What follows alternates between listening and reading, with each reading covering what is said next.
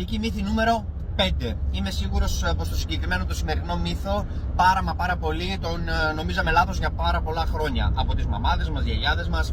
Λοιπόν, θεωρούμε ότι βάζοντας το ψωμί μέσα στο ψυγείο το διατηρούμε πιο φρέσκο. Αυτό είναι ένας τεράστιος μύθος, διότι το ψωμί γίνεται από αλεύρησή του και καθώς ψήνεται μέσα στο φούρνο, το άμυλό του διασπάται σε μια ακαθόριστη, ας το πούμε, μορφή. Αυτό κάνει και την υφή του μαλακή. Με την πάροδο όμως του χρόνου το άμυλο ξανά κρυσταλλοποιείται και γι' αυτό έχουμε το ψωμί σκληρό και γίνεται ψίχουλα, ρε παιδί μου. Το θέμα είναι ότι η υγρασία και το ψυγείο επιταχύνει τρομερά την διαδικασία της κρυσταλλοποίησης του αμύλου.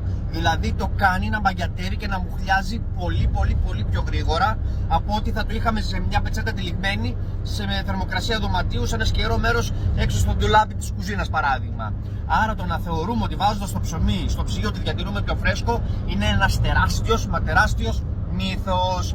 Αν σας αρέσουν αυτά που λέμε, κάντε ένα like, να στηρίξετε την προσπάθειά μας και σας ευχαριστούμε πάρα πολύ.